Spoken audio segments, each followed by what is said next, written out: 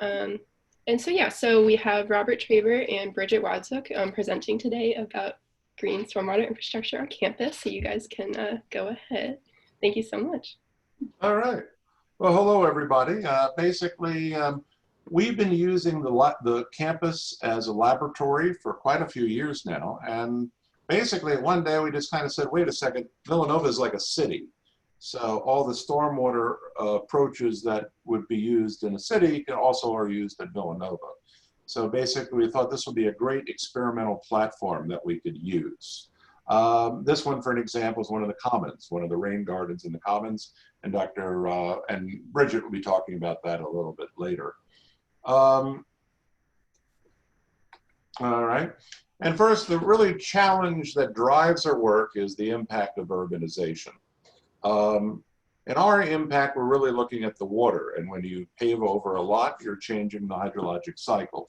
Water runs off very much faster, you have less infiltration, less evapotranspiration, and a lot more volume that comes out. And this is just a picture from Philadelphia Water Department. And really, the effects of that are pretty immense. It changes the hydrologic cycle where you have a lot more runoff and a lot less infiltration in ET, as we just said. But also the degraded water quality. So all the items that will drop out of the air on a piece of ground have no chance of being treated by the soil and the vegetation. They're usually just washed directly to the streams. The increased velocity and the duration of the increased velocities adds a lot of stream erosion. And when you see streams with a 4 or 5 foot bank that's vertical, that's not natural. That's a sign of probably erosion probably from more volume than the stream was originally created out of. Another one would be increased combined sewer overflows. A lot of people still don't know. Philadelphia, the pipes from the gutters and the pipes from the toilet go to the same place, go to the same pipe. And so when you don't have rainfall, it can handle it, takes it to the sewage treatment plant, no problem. Get about a ½ inch of rain, you're probably dumping raw sewage into the Schuylkill and the Delaware. So remember that next time you want to go sculling in Philadelphia. And so all of these, and then I add in, of course, minor flooding, major flooding, and all those who live in Mendel know this very well. And then we can add in climate change. We've got quite a challenge.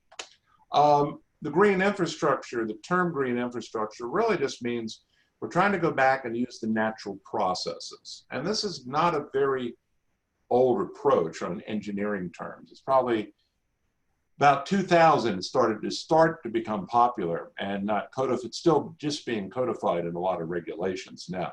And the idea is instead of just dealing with the hurricanes, we're dealing with all the storms for the water quality aspects. And so we're going to talk a lot of sites on campus. The upper left is the Commons, kind of in this upper center, that's below the parking garage, right behind the Connolly Center. And the one on the upper right is a green roof on the Sear building. The bottom left, if you walk through between the Sheehan and Sullivan, those red pavers are porous and water can go through them into a rock bed. And on the bottom right is what we call the bioinfiltration traffic island, or just call it a rain garden. And with that, I'll leave it up to Bridget. Pass it on. Okay, so we're just going to talk about not all of the sites that we do research on, but just a handful of them. And, just to sort of set the stage of kind of the approach that Rob and I took when we were putting some of this together is, sort of explaining what we've been doing and looking at things from our civil engineering perspective. But then also, we tried to highlight certain things that might be of interest to, we saw who, might be listening into this. And coming up with those. And so, there are definitely some natural connections to other areas of engineering in terms of sustainable engineering processes, chemical engineering processes with water quality, even like electrical engineering processes, just like how we're powering our systems, how the systems work, computer engineering. We're getting into like edge computing and machine learning and things like that. And then like moving over into the sciences, there's opportunity. We just do have a lot of data. So data analytic techniques, We are working with environmental systems, so very much kind of in line, sort of I think hand in hand with a lot of the work that's being done in GEV. And then just from more of the perspective of thinking larger at Villanova and our sort of more liberal arts approach to things is, there definitely is a consideration with these sites, not so much at Villanova's campus, but how the work that we're doing here at Villanova with regards to this green stormwater infrastructure and how we're disseminating this information and how it's being used in communities. Currently, actually, right now, Rob and I are participating in a virtual low impact development conference, and we are in the third day of the conference. And every day of this conference, it's a 5-day conference. Every day in this conference, there is at least one session, like a plenary address or a whole session on the equity of green stormwater infrastructure. So how is a city or a municipality that is choosing to use green infrastructure as part of their stormwater management plan, how are they doing it in an equitable way? How are they, facing environmental justice or social justice issues as well? And then an article that came out, and if anyone's interested, I'd be happy to share the link. It's an open source paper. But an article came out, one of the larger groups that are sort of leading the field in stormwater research is out of the University of Minnesota. And it was actually led by one of their current PhD students, but a team of people at the University of Minnesota put together an extensive literature review. I don't remember off the top of my head, but somewhere on the order of, I think, 150 papers were cited in this paper, and it was on the unintended consequences of green stormwater infrastructure, and that scaled from looking at, just were some unintended technical consequences of the design all the way to some of the social impacts as well. So again, we kind of focus more on the technical side of things. Our mission with our research group, the Center for Resilient Water Systems, ties in very much with, I think, what Villanova is looking for is like really working towards the community. So if anyone has questions that are even more perhaps on the social science things as well, we can kind of investigate those or discuss those. So anyways, every site is my favorite site. I don't have a favorite child, but I want to talk about 2 sites in particular that I'm calling the hallmark sites, partly because of the way that they've been funded. They've been funded through a U.S. Environmental Protection Agency initiative that is channeled through the Pennsylvania Department of Environmental Protection, but also because we have such long data sets on these sites. So this is a bioinfiltration traffic island. This is on West Campus. And we say bioinfiltration traffic island, that's kind of the fancy name. It's a rain garden, which might be a term that's a little bit more familiar to you. And this was built back in 2001. Rob led the construction of this. And this was just a regular, traffic island that you would see in a parking lot. It was a grassy area. And this was before there were any guidelines, any regulations on how to do any of this. So, basically Rob went in and said, like, let's, scoop out some soil. Let's mix it with some sand to try to help drainage, and let's plant it. And at that time, the horticulturist on campus was a man by the name of Chuck Leeds. And he was like, well, you're going to have, water coming in and coming out. Some of it's going to be salty because of runoff with the icing salts that we have in the winter. Why don't we put Jersey seaside plants in there? They seem like they're going to be tolerant. And he was right. And that's kind of how the initial plan came to be. And the site has been refined over time. We've added some of our own additional planting, but that tree that you see there, that very large tree, that's in the rain garden, and that's a volunteer species. So we've tried to maintain the site to a degree, but we've also just sort of let it become an ecosystem in and of itself. So the pictures that you're just seeing are just sort of, if you will, the front side and the back side of the site. And we monitor the flow coming out of this site for quantity. So we have an idea of how much water is coming in and coming out. And then you see where I have the green circle there, That's actually several pieces of sampling equipment. The little yellow thing is a water quality sampler, so we can take water quality samples during a rainfall event. So fingers crossed, we're going to have a good enough rain tomorrow to do some water quality testing on. That's attached to a data logger and a weather station. So we monitor rain, wind speed, air temperature, relative humidity, solar radiation, and it's powered by, we both have a battery and a solar powered station there as well. So we have lots and lots of data because we've been collecting data since 2003 at 5-minute intervals. So for anyone interested in data analysis, have at it. There's tons and tons and tons of data available.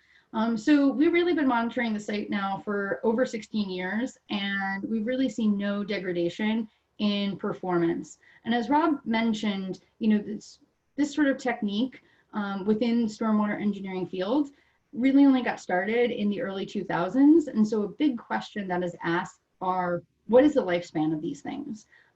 Because there's a big question on cost, and how does the cost of using a green infrastructure approach like this compare against using something more like a gray infrastructure approach, like using a pipe or a treatment plant? So right now we're able to demonstrate with this site that it does seem that these sites can persist without degradation over a long period of time. So because we're seeing that there's no degradation in performance, I think, you know, the next major line of inquiry is going to be around how do we demonstrate climate resilience, right? And that is another big buzzword that we're seeing a lot within our field, but I think just in the urban planning sphere in general, we're talking a lot about resilience, specifically resilience in urban areas to, you know, changing climates, whether it's a climate like ours, where we're going to potentially have more rain, or in climates that are going to become drier as well and have storms that are flashier. Rob, next slide, please. So this is just on almost all of our sites around campus. If you are going to take your students around, there's some informational signage.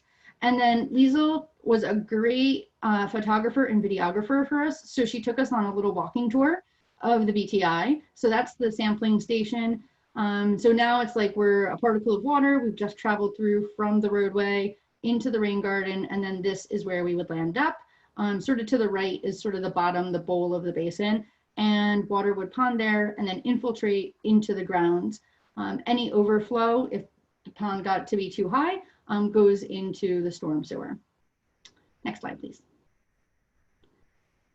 So the second hallmark site that, you know, I kind of wanted to highlight here was, oh, that is spelled wrong, is the constructed stormwater wetland. And what we see here is this is actually our oldest site. So it was a detention basin in the late 80s and 90s. So just a big mowed basin with stormwater that was coming in. This is kind of near the law school, as you can see in the background of that first picture. And back in 1999, Rob again led this effort of converting it to a constructed stormwater wetland.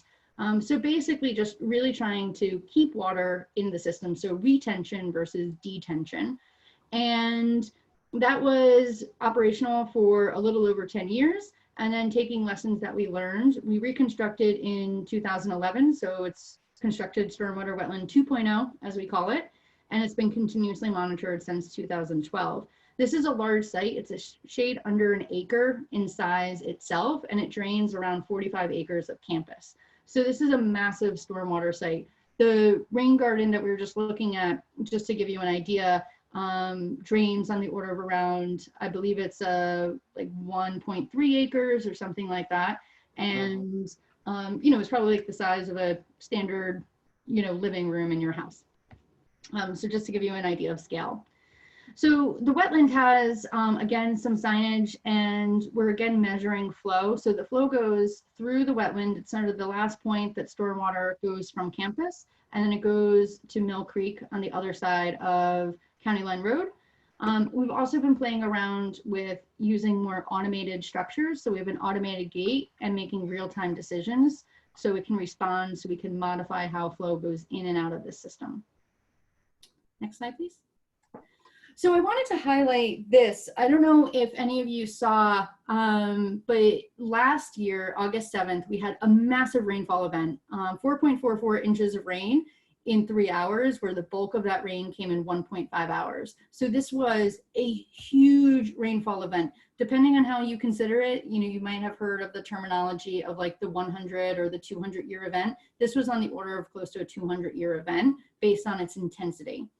So the picture on the left is actually the, at that time, newly redone Mendel Field, and water is coming out up from the storm sewer. So water is going in the wrong direction. And then this is one of our grad students, Hossein. And just to sort of demonstrate how much water was collecting on the sidewalk. So there was a massive amount of water coming from Mendel Field, which is part of the drainage area to the constructed stormwater wetland. So on the next slide, what we see is that the wetland actually gets full. So the picture on the left, that is the outlet structure. And that outlet structure is this big, it's like an 8-foot tall concrete box. And so that the water level was above the top of that box and going into that top grate there. So that is designed for the 100-year event. And you can see some of our monitoring equipment, that white box on the side, that's some of our monitoring equipment. Some of our monitoring equipment got damaged during this event because there was so much water. And then the picture on the right, you can just see how full the wetland got, to the point that some water was even going over that walkway that we have along the side. So again, a massive amount of water. And then Rob, if you can just click through the next, oh, this is a nice video to sort of again show how. This is out of a storage bed underneath Mendel that they built for stormwater. Yeah, so again, water is not supposed to be going out of it, up into the ground. It's really supposed to be going the other way. But again, there's just such an amazing amount of water. So we have a camera at the wetland. One of the areas of interest I'm looking into moving forward is how can we use camera images to do monitoring, and how can we glean more data, quantitative data from it. So if anyone has image processing techniques that they care to share, I'm interested.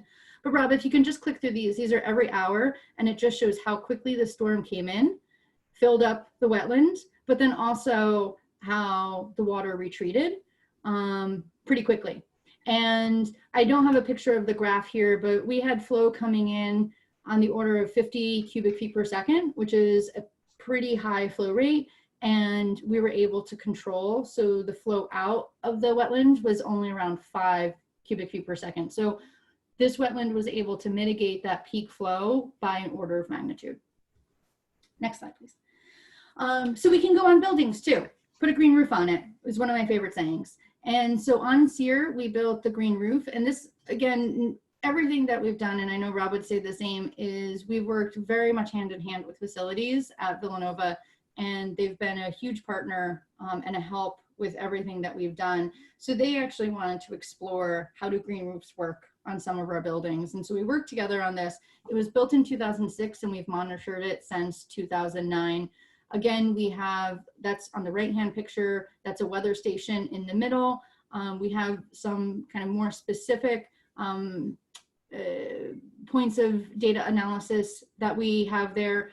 And then on the left-hand side, what we did is, this was back in 2014, I believe it was, we rerouted some of the pipes from another portion of Sear, put them into this tank that you see on the left. And then during dry days, where there's plenty of capacity on the roof to absorb water, we sprinkle water from that tank out to the roof. So we're able to really use the site a bit more. We're working with a company called Opti RTC to do real-time control.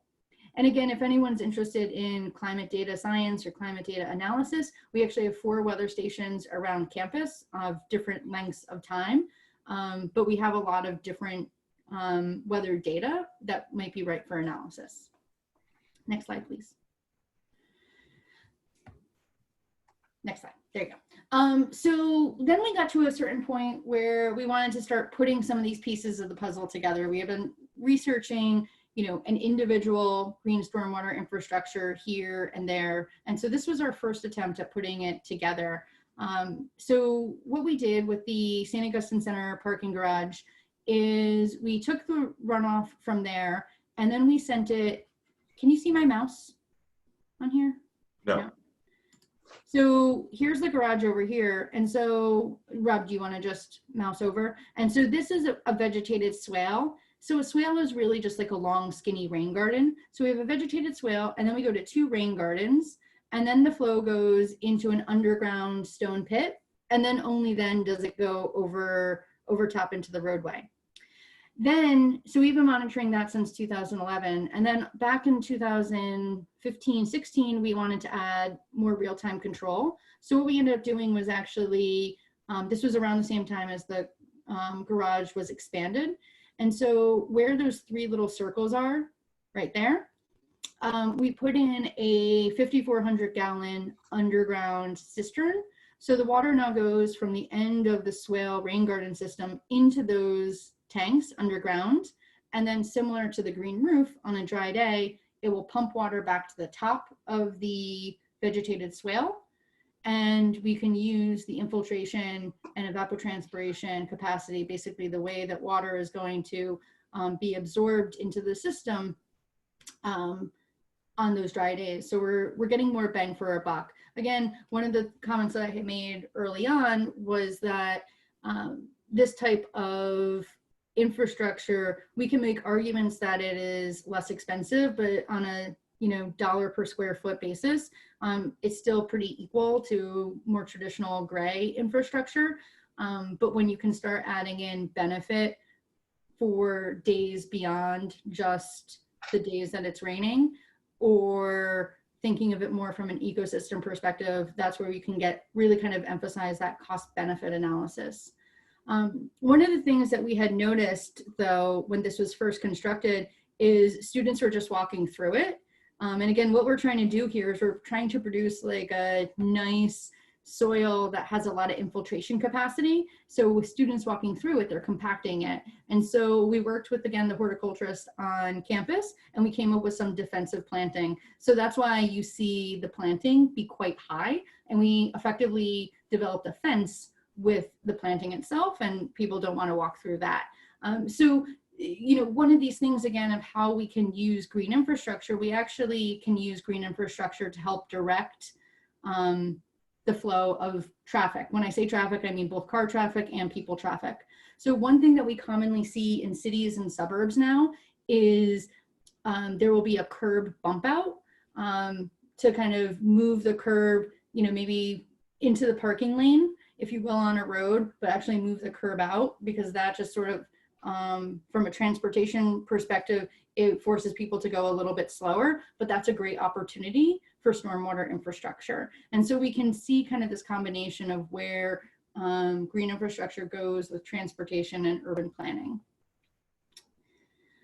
So this is the pipe system underneath. And then again, we have a little walking tour of the downstream looking upstream in the treatment train. And I think it's really pretty. While we have this sort of curvilinear path, the concept was this could be something that would be a skinny linear structure that could go down like a street, like in a city.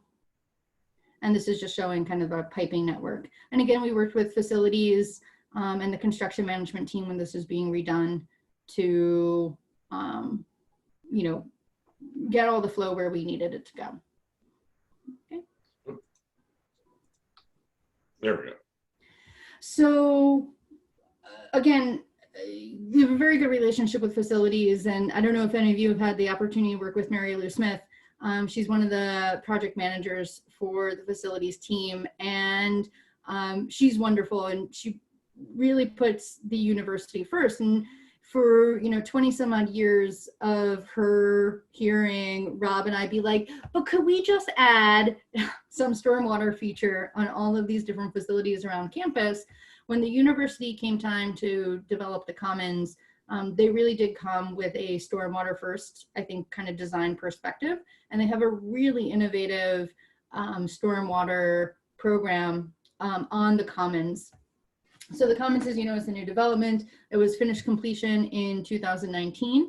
We actually were able to get funds to monitor pre-construction. So we have an idea of how was it working when it was just that big old ugly parking lot with no stormwater management, And how is it working now that they've added 10 rain gardens? There's 2 cisterns underground that I have pointed out in the upper right-hand picture. And that water is actually recycled and goes into the HVAC system. So very much from the sustainable engineering perspective, like a really nice add. And then there's also 1 underground detention basin. So this can absorb a huge quantity of water from what we are not letting leave the site. Again, the site here is around 9 acres in size, so a pretty sizable development. And I think they did a really nice job of landscaping it as well and demonstrating how green infrastructure can be quite attractive. They used just like, nice planting plans in terms of how they kind of used walls to delineate space. I'm pretty impressed with the aesthetics of it. So we are monitoring the site. We obviously can't monitor everything all at once, but we're trying to develop background data for anyone to come into the future, and then we'll have at least a baseline. So for those of you who like data analytics and measuring, we measure a lot of different things, but it seems like our favorite is the weir. We use weirs, which are just typically we use a triangular weir, and it's just a device where there's a special hydraulic relationship between, if we know the depth just upstream of this device, we can calculate the flow rate. And flow rate is really the parameter that we're most interested in, but we have a lot of these around campus. So again, if you were interested in doing a data measurement type analysis, you can look at how do different weirs in different locations kind of behave. All of our data loggers and samplers are either direct power, battery operated, and or solar charged. And again, we're always looking at how we can improve the energy efficiency of all of our data collection systems. My turn again. Mm-hmm. This is a couple of other sites. You might not think of this as green, but they really are considered green because its water goes through pervious pavement into the ground, and then it goes through the soil as it moves down through the ground. And actually, we've had studies that we find the water actually going through the pavement. It captures all the sediment, which captures a lot of the pollutants moving through the system, except for chlorides, which we can't stop. But up on the right, that was an early project, and that's about 10, 15 years old now, behind Mendel. It's a porous asphalt on the left and porous concrete on the right. And really, all they do is remove the fines from the mix so the water can soak through. Those sites both reached the end of their life. If you walk back there, they're not that pretty. But not long ago, I took the picture of the bottom left, and you can see upstream where you can see the pavement is a different color. That's because of water ponding. And then down, that's the porous concrete. You can see the water is actually still going through that particular site. If I look down on the bottom, on the right again, that's the Mendel site. That actually takes the rooftop from the surrounding buildings and what falls on that pavement. And basically, that's a pretty old site now. But last we looked, it was still working fine. And that's really designed to get like 2.5 inches, 3 inches of rainfall and capture it and slowly put it back into the ground. And here's kind of a cross section from KO Associates who kind of invented this. Actually, the Franklin Institute invented this pervious pavement back in the 70s. So it's not a new structure, but there's a lot, but it's also brings out another problem that we have to look at or challenges maintenance of these sites. If that site is collecting the sediments in the crevices and in the holes, it needs to be vacuum street swept. And frankly, Villanova does not have a very good vacuum street sweeper. So we're really not looking at doing any more projects pervious pavement unless that would change in the future. And the one thing I want to say is I always like to put in our project reports is the people and the aspects of the people. The bottom left, including some recent social distancing pictures from Philadelphia, the I-95 project, some of our grad students being involved in EPA in Philadelphia. We have a whole bunch of grad students that have a very nice international and community that's working on these projects. On the upper left is a St. Thomas of Villanova Day project we try to do every year in Philadelphia Water, building a rain garden or replanting a rain garden in Philadelphia. The bottom right is our students and faculty members. It's Dr. Wadzik looking at the stormwater wetlands, giving talks. And we like to talk to the area, to engineers, professionals, township supervisors, flower clubs, whoever wants to come and see and introduce them to these devices, because frankly, some people think the swamp monster is going to come out of the wetland and bite us. So we have to show it's really a good neighbor for the community. And upper right, Bridget and some others have been really pushing the STEM activities. So that little future engineer is building a wind speed measurement device out of Dixie cups. And on the right, you can see some of our grad students and undergraduates at the time actually working, and this was an afternoon program at a recreational center in Philadelphia. So the combination of the people aspect of this also is something that we really feel is kind of important and kind of the driver of what we do, right? We're in the people business at a university. So we've been going on and trying to use up as much of the time as possible, and probably a minute or two over, which is not unusual. We professors like to talk. But if anybody would like to chat about any of the sites or ideas or questions, or we'd love to talk.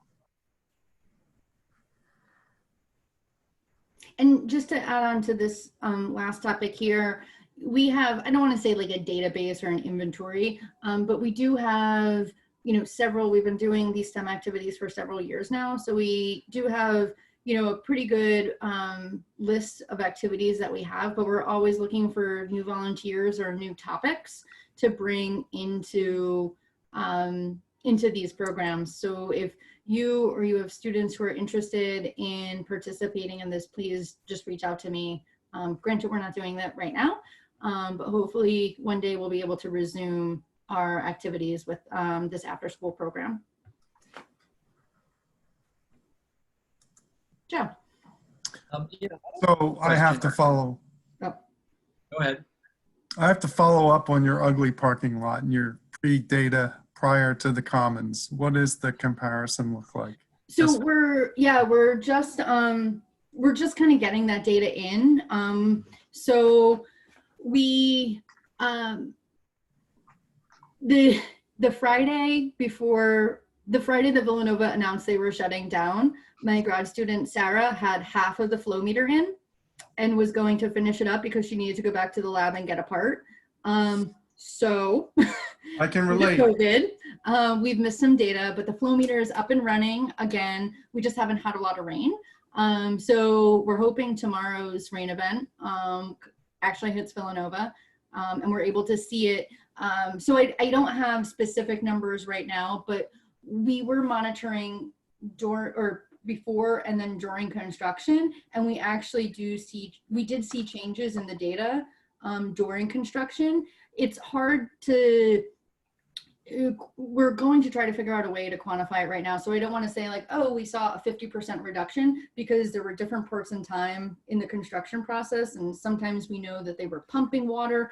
And so we're still working on it, but based on the during construction data looking better than the pre-construction data, I have excessively high hopes for the post-construction data. And part of the reason that we had some issues this summer is because the flows have been we hadn't had a lot of rain, we just haven't had a lot of flow leaving the site. So we haven't had a lot of opportunity to really register much outflow. Okay. So I'm hoping to have more data. I can come back and answer that question probably in like September, October. I'm hoping to have a couple more data points. Yeah. But the other thing, Charles, would be, it was designed so the first 2 inches had no runoff by the consulting engineer. We did not do the design. We talked to the consulting engineer about ideas and facilities. So if you think about that, if you at 2 inches off an acre site, or how big is it, Bridget? 9 acres. 9 acres. That's a lot of water, and that's a lot of water that was going into a degraded stream that is upper parts of the Darby, which floods out in Darby all the time. So this is the best type of project to me, because it's turning back that clock. So it's actually recreating, moving it back to what it was. And those, to me, it's like, I really thought Villanova did over and above on the design. So I was just very impressed by that. Great. Joseph, you had a question? Yeah, I did have a question. Thank you. First off, thank you, Rob and Bridget and everyone for all your work in doing this. I think it's extraordinary. And I think it's a part of Villanova's story that in, at least in the arts and sometimes the sciences, is not told enough. So my background is primarily in the arts with a science biology minor, but I'm very curious about who within the Villanova community would you tell this story to? Are there any students that come from non-science courses? And I'm thinking also, as I was a dean in CLAS, and we're looking at different ways to expand the curriculum for and around sustainability. So I'm just curious, are there existing groups that you're telling the story to in CLAS in particular, but also around the campus that you could just make me aware of? We've talked a bunch of times the GEV, which obviously they're very similar. Not as much as I would like in the other groups, frankly. We have talked to some of the freshmen. Well, the term is escaping me. What do they call them? The freshmen? The learning communities. Learning communities. But that's not every year. I mean, obviously, all the civil engineering undergraduates get very exposed to these sites, both in the classroom. So this is, we really look at this as a part of the undergraduate curriculum. We hire a lot of our students. We do have students from other areas that we hire in our laboratories to help us on the projects. But yeah, we always try to offer, like, we'd love to do an Earth Day, give some tours of these things. And we have in the past, but it's not been, nobody's asked us for quite a while now. So I do think that it's something that I know I personally, and I'm sure Bridget do, and the rest of our team, we also have 3 or 4 other faculty members, would like to share the story. Lisa is really trying to get the message out. You know, unfortunately, it's summertime and the attendance is probably not as high as it should be for these wonderful series of seminars that you're a part of. But Lisa is really carrying a university-wide championship of inclusiveness, of sustainability in all aspects of educational coursework. Yeah. So I think she's the point person that can drive a broader acceptance and exposure to sustainability at Villanova University. And this is one of the key demonstratable, everybody can relate to rainwater and runoff. And certainly it's kind of like Justina Satrio's experiment that he did with the mini lab and freshmen in the College of Engineering on coffee, on making it, on growing it, on distributing it, and it just screams of being able to be an opportunity for non-science majors to learn something about sustainable practices. So I think we're going to see more of this in the future. I'm working, we work closely with Lisa on this. Part of this is also thinking about the Sustainability Leadership Council and the new Augustinian Institute for Sustainability, et cetera, et cetera. Finding ways that thinking about the campus as a living laboratory that we can build on that and expand that. So I think this is the obvious starting point. And I'm very grateful that Lisa is recording these, and I know that people are watching them also, even if they can't attend. So we want a virtual so thank you much for breaking up. I'm gonna go turn my video off. Joseph, one other thing we should mention. Stormwater, if they were built after like 2010, they're probably designed similar to this. If they're built in the 50s and 60s, there is no stormwater controls. If they were built in the 70s and 80s, they built for the floods. They didn't built for the small storms. So we probably, even of all the sites that we have a small percentage of campus that we're addressing. So there are opportunities for retrofit to develop and put most of these in. But again, when you do that, it costs money and costs maintenance. So it's not you just can't build them unless you have kind of a plan. But there are areas that you probably could. Well, the St. Augustine Center, every one of your pipes goes directly into the storm sewer and is visible at the back of that building. Something could be done there. So I mean, there is, if we wanted to have goals for reducing the water impact on campus, it could happen. It would have to be smartly done, and it's not always cheap. We just follow the rule that water flows downhill, and try to find smart locations where you can do And goes downhill. Yeah. I think I got the other part of that. You froze a little bit there, Joseph. Just one other thing. Sorry, I'm probably. If you turn off your video, you'll Sorry. probably be okay. Yeah, just one other thing I would like to mention, and I had said it earlier, but the conversation around environmental and social justice issues with green stormwater infrastructure and equity issues. And I think, as Rob said, even the historical issues as well, you know, especially with the national conversation that has been going on, you know, it's very much a part of it. And, you know, of course, time, right? We don't do a lot of these things because, you know, we've been somewhat hampered with time, not because we don't have the passion or the will.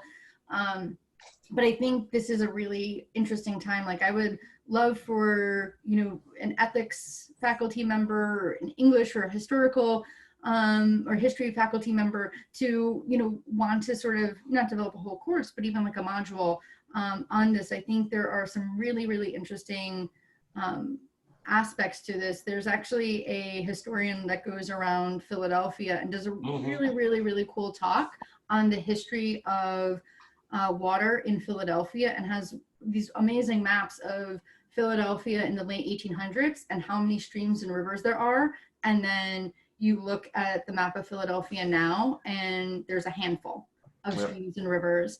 And so what are some of the initiatives to daylight that water again and things like that? And, you know, there's certainly that technical side of it, but so much of it comes actually from the social side of things, or what are the drivers of those?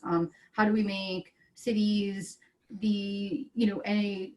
across a city for all demographics, a place where they have green space and things like that. And so that's definitely very much a part of the conversation, and I think an awesome opportunity to build class or educational material for our students on. Yeah, we actually get conversations with a lot of low-income areas where they're trying to build, and they're in the flood areas, and they're trying to do some of this. That would be, there's so much possibilities. We need about 20 people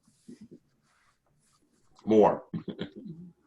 But that makes a lot of sense to me, and I'm sorry that I'm breaking up so much. I'm hoping that I can continue to help spread this message in CLAS and talk to chairs and others who may be interested in this. So I'll put them in touch with you, if that's okay. Absolutely. Sure.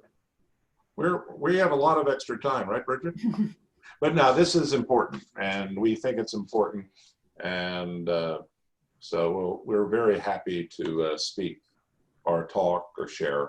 And you never know, the research projects, you know, hopefully there'll be room in the future that we can go broader. I mean, basically the nursing and health aspects and all the other aspects Bridget was talking about. And there are, especially through National Science Foundation, there's so many calls out now in terms of cross-cutting programs or having more of a social science piece within there. And so, you know, looking for other faculty that we can partner with on some of those community and civic aspects. Like, there are specific NSF calls on civic engagement, smart city engagement, things like that, where it really will take a, you know, holistic team of faculty and students to put together a good proposal and then a project. So, as usual, we're only 15 minutes over time. But any other questions? Charles, is that your hand up or are you waving at me? That might have been from before. I think I might have been from before. Do I need to put the hand down? No, it's up. That's fine. No, how do I put it down? I have no idea. I was just asking. Yeah. Well, I guess that's. I don't even see it anymore. I'm not sure what happened to the. I lowered your hand for you. Okay, great. Mhm. Yeah, we were worried about you walking around the rest of the day like this.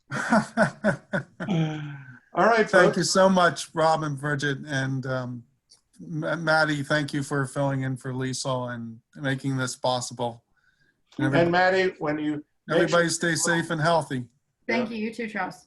Sounds good. And Maddie, when you take a few of the calculus courses so you can switch over to engineering for your master's degree. Joe has a hand up here. No, I'm just applauding. Thank you. Okay. Oh, that's an applauding. Okay, great. Yeah, thanks to all. And Kibrendra, sometime next week. This week's pretty much gone away by now. Tomorrow, totally booked. Yeah, next week is fine. Maybe like Tuesday of next week we could chat. Yeah, sounds good to me. All right, thanks. Sounds good, everybody. Bye-bye. Thank you so much, Robert and Thank Bridget. you. Thank you so Thanks. much. Everyone stay safe and healthy. Thanks, guys. Thank you. Thank you, Maddie.